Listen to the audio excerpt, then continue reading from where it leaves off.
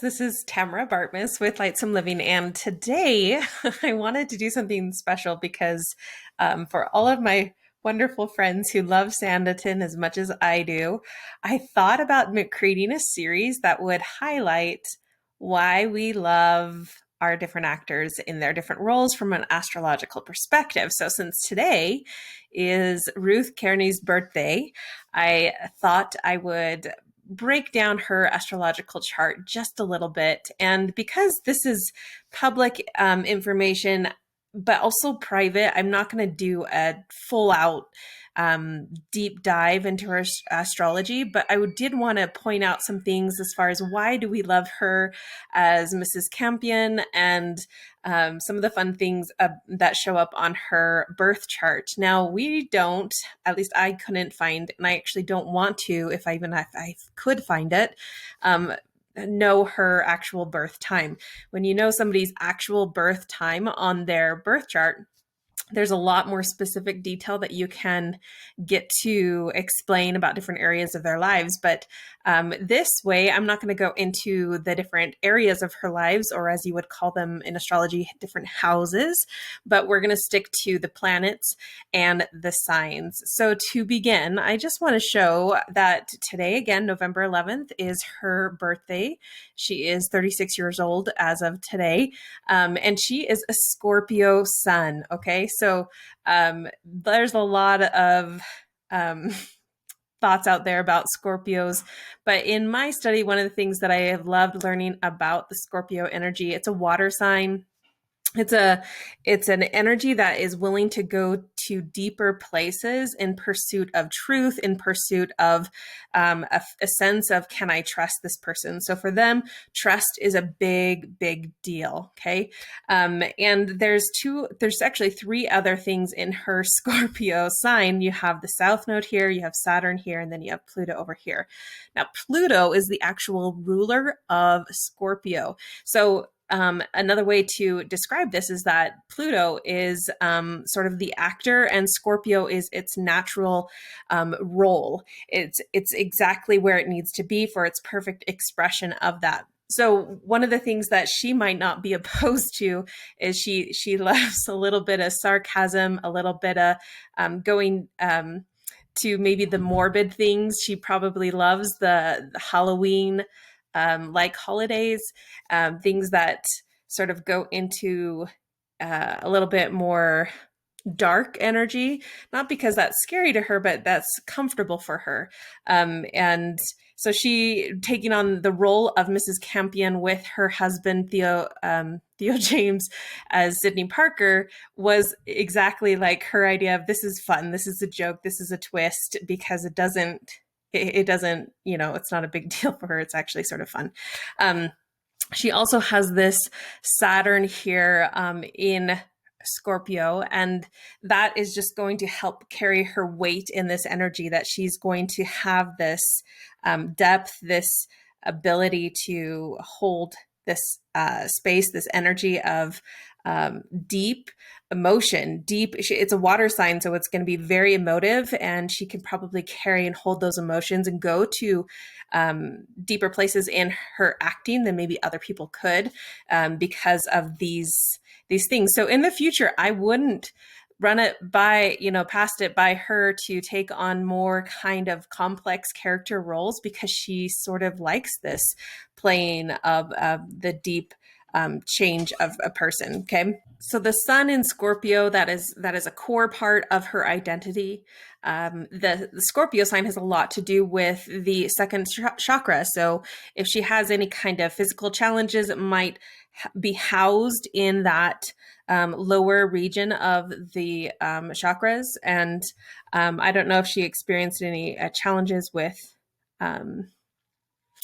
infertility. Sometimes people with this energy might have some challenges with that, or with other organs in that area of the lower abdomen and the second chakra. So again, I don't know Ruth. I'm sure she's a lovely person. Another thing about Scorpios is that it can go both ways. It can go, they love the dark things or they hate the dark things. So I don't know exactly what she is, but knowing a little bit of her character in Sanditon, I guess that she has a little bit of this little tick in her that makes her want to just challenge herself in a different way. Another thing about Scorpios that I find interesting is that they are very private people.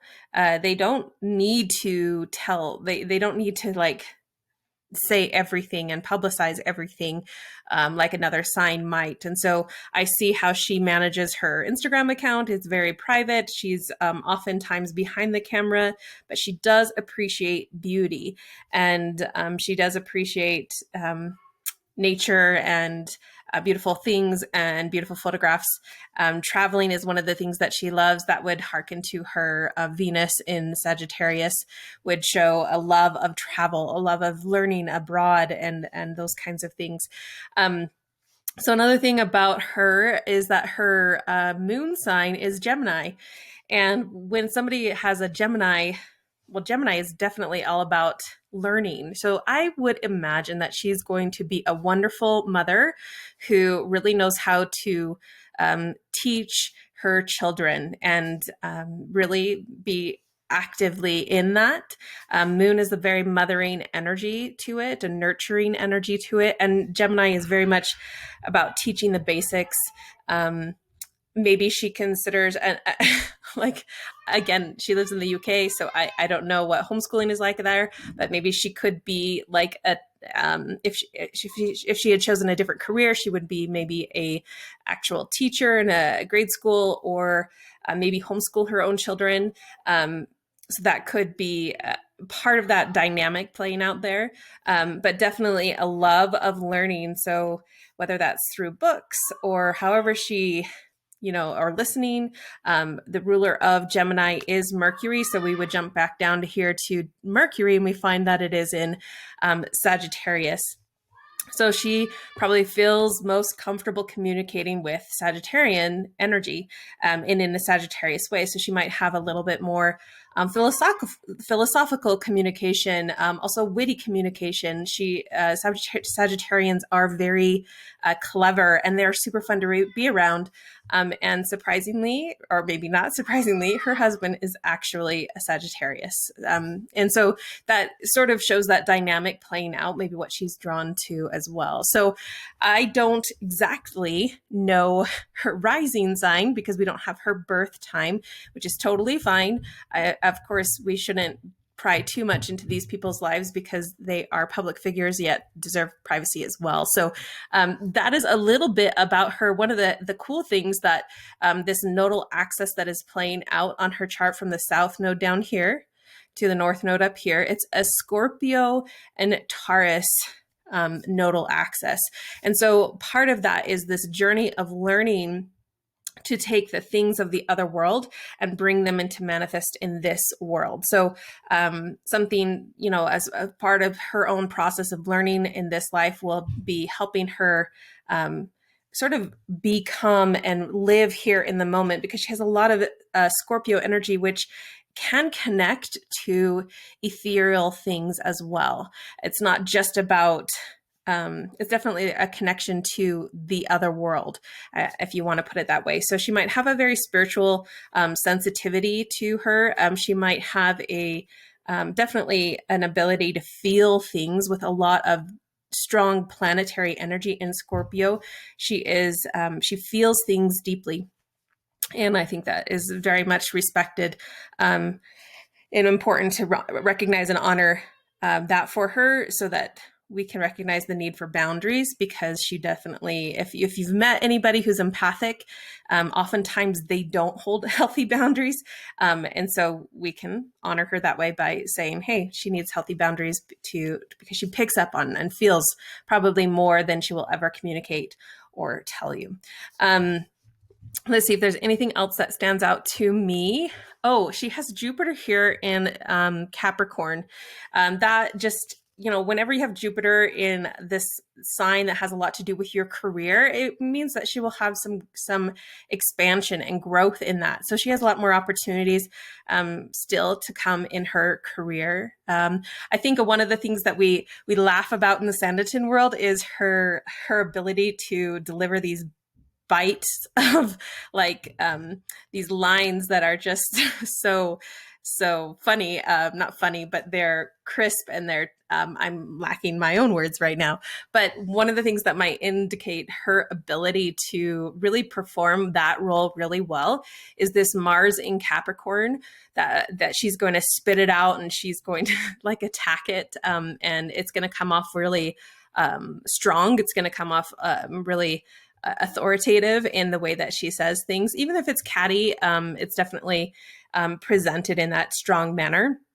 Another reason I think we love her as Mrs. Campion is that this Black Moon Lilith up here is in Aries, and that can come again off as that cattiness that I think it's not just that, but there's an aspect of Black Moon Lilith that brings out that if you choose to tap into it. And I think she does that really well as Mrs. Campion as well. The actors bring so much to the role, and they have to put part of them into that role. And I haven't watched her other movies. Obviously, she has experience. She's a professional actress in other great roles as well. So I hope that when Sanditon season 2 comes out, we're all crossing our fingers for that we'll get to see more of her tap into the depth of her character, and we will get to love and hate her even more because she is so well as a Mrs. She does so well as a Mrs. Campion. Just another thing that I'm noticing as I'm sitting here looking at this screen is that she has this natural, if you look at this big triangle here, it's called a grand earth trine. So it's earth signs, Taurus, Virgo, and Capricorn are all hitting on that. And that's just a natural gift for her. She probably really loves to be in nature and do things that bring her a presence or a sense of grounding. Maybe she's into maybe at some point she's going to be into gardening, or I know, and from her Instagram, she definitely loves to be doing things outside in nature. And that's just a natural restorative draw for her. I'm seeing if there's anything else that stands out to me in her aspects that I want to highlight. Not so much. I think those are the biggest things, but definitely is fun to get to know people through their astrology. I feel like, again, from my own personal journey and how astrology has helped me, it's really nice to be validated by the stars, to feel like that you are seen, that you are known, that the planets, have an influence in helping us know who we are and where we're, heading. One of the things that I like to do for people when I do a quick read of their chart is also muscle test a combination of essential oils that really can support them, resonates with their sun and moon and rising sign, and for some their nodal axis. And so with that intention in mind, I came up with 3 different essential oils, 1 single oil and 2 blends that are meant to support her unique chart, her unique person. And she will probably never see this video, which is totally fine. But I do want to use it as opportunity to educate on these amazing oils that can really support us on a physical level, as well as an emotional and a spiritual level, as we connect to the earth. And we know she has a very strong earth energy to her. And this is that, to help with that normally. So the first oil that I tested for her is called Melissa, also known as lemon balm, and it is known as the oil of light. So oftentimes, and for someone that has a lot of Scorpio energy, which can be really heavy, she can be very inundated by emotions and people. It really, Melissa is the oil that can help us really connect to our soul purpose, which is very much a Scorpio thing. It's not just about what can I achieve in this life, but what is my soul's journey and my soul's purpose? It helps provide this spiritual guidance, connecting people to their inner voice. And when they feel weighed down by whatever emotions, which she would be connected to, responsibilities, practical things, that can invite her to really reconnect to a higher way of living. Really, one of the things about Scorpio that's interesting is that they have an ability to connect in their dreams to things. And this oil can help participate or help in the dreaming of not just what you want to create in your life, but in the actual processing and the dreaming while we sleep. It helps to stay connected to spiritual sources. And with a Pluto in a Scorpio sign, which she has, that is definitely, she has, like I said earlier, an ability to connect to that spiritual other side. And that can help. The Melissa can help with that. It really helps one connect. Melissa helps one to really feel connected to their true self and shed all the things that aren't true. A lot of Scorpio energy also can mean that there is a strong sense of fear, facing the fears. And maybe for some, it might be an ability to face the fears and they're not really challenged by it, but maybe for others, it is facing the fear itself that is part of that Scorpio lesson. And then it's helping them face their own fears. So who knows, maybe she struggles with anxiety to a certain degree, or maybe she's learned to overcome that anxiety, which is that fear of the unknown, the fear of the future. And she's really just stepped into being and trusting herself. So it definitely has this ability to uplift, to help us have more enthusiasm, to feel free, to feel more optimistic. And that could help with the heavy Scorpio energy that she carries. And she might need a little bit more light and a little bit more optimism sometimes because it can get so heavy. The other oil, there's two more that came up. One is citrus bliss, and that is known as the oil of creativity. It's a combination of all the wonderful citrus oils, wild orange, lemon, grapefruit, mandarin, bergamot, tangerine, clementine, a little bit of vanilla, and a little bit of divana. And this is really an oil about inspiring creativity and feeling that need to create. And now the sign that has a lot to do with creation and creativity is called Leo, and the ruler of Leo is Jupiter, and her Jupiter is in Capricorn. And so in her career, she craves this opportunity, assuming, yes, but she would crave the opportunity to create more. And this oil can assist people in living in that abundant, spontaneous, playful, excited energy, really help balancing out that Scorpio. Excuse me, really helping balance out that Scorpio energy, letting go of old beliefs, old insecurities, old fears, old limitations, and allowing one to put themselves out there artistically.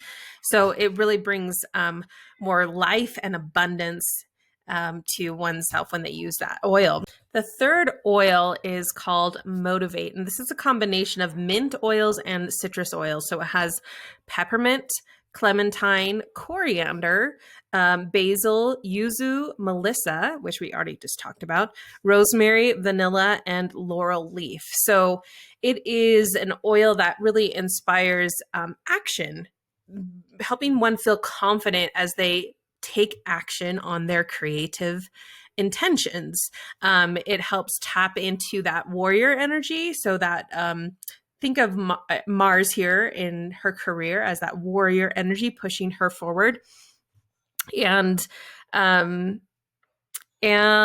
sometimes, life you can feel completely unmotivated.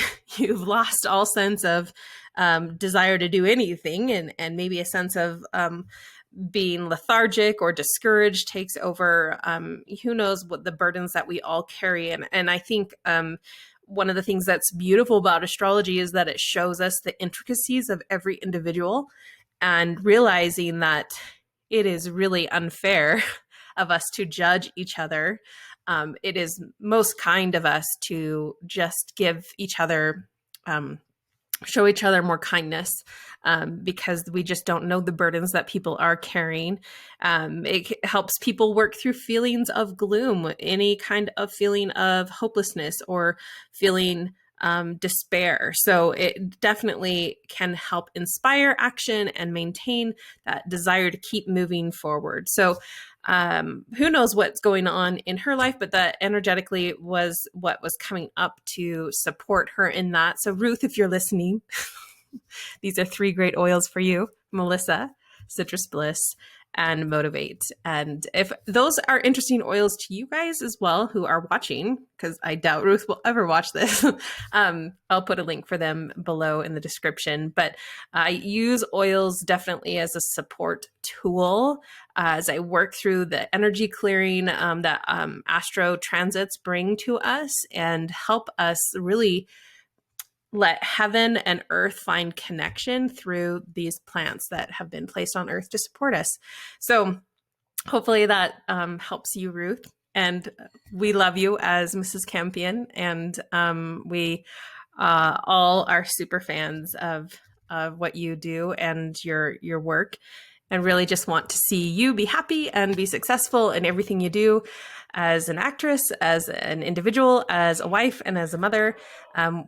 We are definitely super fans. Yep. So that's all, guys. Hopefully that's fun, that's intriguing, that's interesting. And let me know which character you would like me to highlight next, because I think it's, again, all respect to these actors. I won't dive into much to all the nuances of a chart, but definitely the basic things that I see, I would be happy to highlight them for all the Sanditon fans, and always hoping for a second season to be announced soon. Take care, guys.